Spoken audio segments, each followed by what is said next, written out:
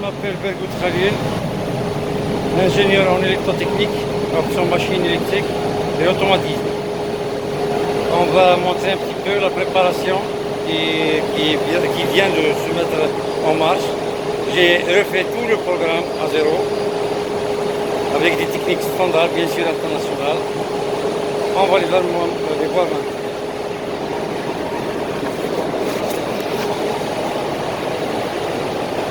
Bon, ici, comme vous voyez, ce sélecteur-là, on va sélectionner par exemple l'excavateur ou bien, non, ici c'est le sable. On veut vider le sable par exemple, on peut le vider.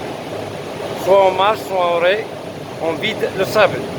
Celle-ci c'est la mise à zéro pour sélectionner quelle zone de travail du stock. Zone 1 ou zone 2 ou zone 3 ou zone 4. Celui-là c'est la trémie 5 et la trémie 6 et la trémie 5.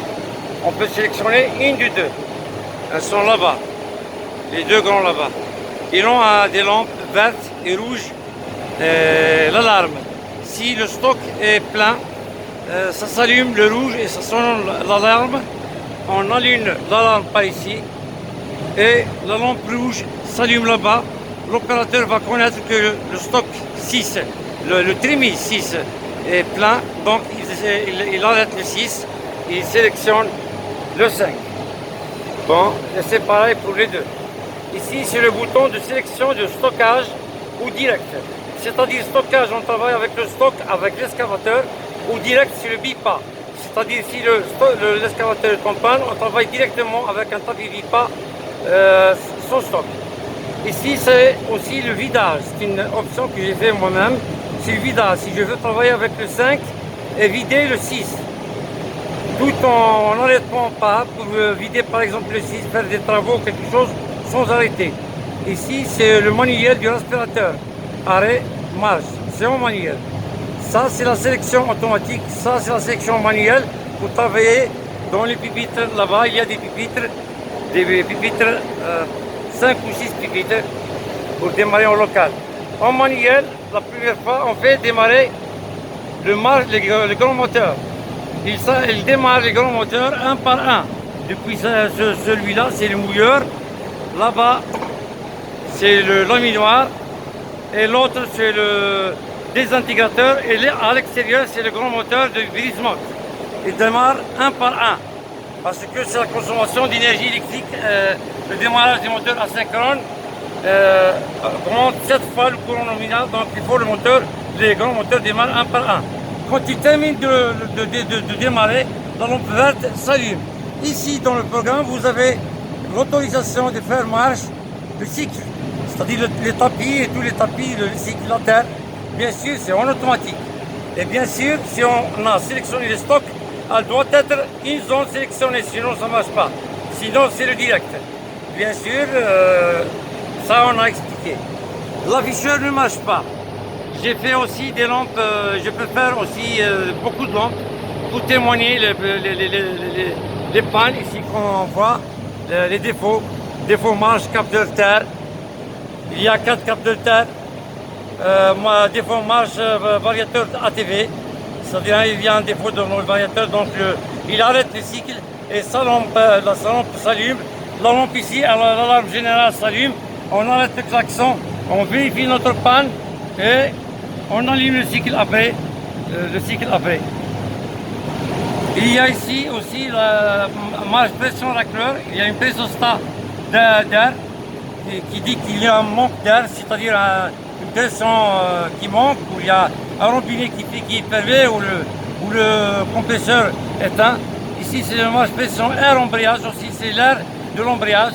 Ici c'est la pression eau du malaxeur. Il a une pressostat, bien sûr. S'il n'y a pas d'eau, ça arrête tout seul et sa lampe s'allume, le cycle s'arrête et la lampe générale s'allume. On arrête la sonnerie avec ça, on élimine le défaut avec ça, si bien sûr le défaut est annulé. Les autres défauts, plus tard je vais faire beaucoup parce qu'il y a les capteurs de rotation de chaque tapis, chaque machine, il y a les les arrêts câbles, les arrêts d'urgence, il y a tout marche, les capteurs de terre et tout. Bon, on voit ici que le malaxeur, il est en train de marcher avec son embrayage à l'intérieur. Bon, voici le tapis 21. Il est en marche. J'ai fait des étiquettes pour savoir bien que c'est le tapis. On voit ici la translation du stock. La translation pour mettre le stock, la terre dans le stock, parce qu'on a sélectionné dans le stock. Donc vous voyez, elle est en train de marcher petit à petit, doucement. Voilà, c'est sa marche naturelle bien sûr. Elle fait le plein du stock à terre dans la zone 1. Celle-ci c'est la zone 1. Celle-ci c'est la zone 2.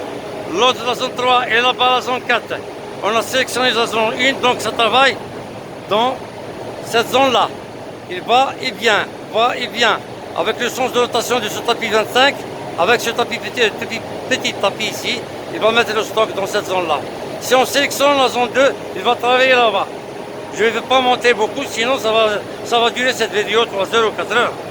Donc, on voit très bien ici sur l'aspirateur, il est en train de marcher, son moteur il est là. Ça c'est le tapis 12, il est en train de marcher. Ici on a la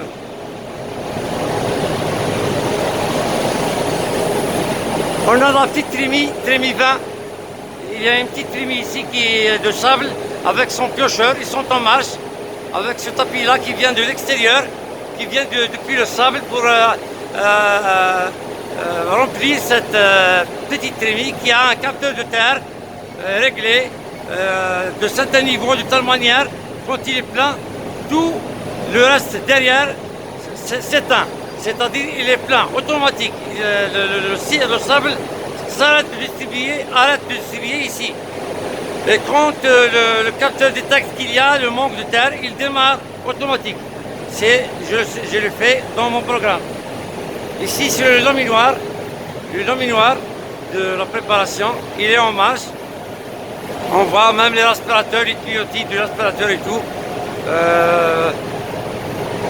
Malheureusement, il n'y a pas de capteur de trémie et de rotation ici, mais je vais le faire plus tard.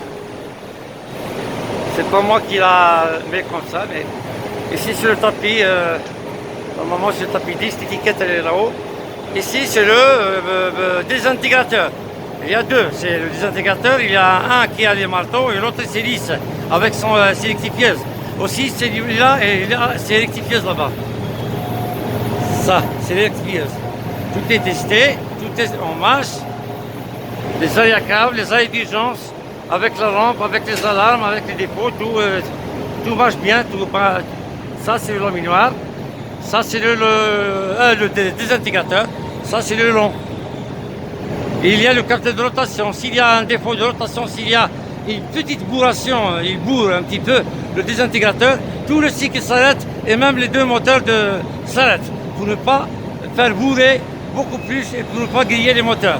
Et bien venir faire regarder les problèmes. Il y a aussi les dévidoirs là-bas. Je ne sais pas si je peux remonter aussi.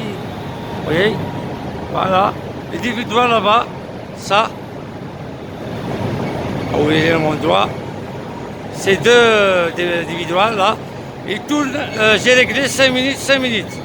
Ils tournent dans un sens 5 minutes, ils tournent dans l'autre sens 5 minutes.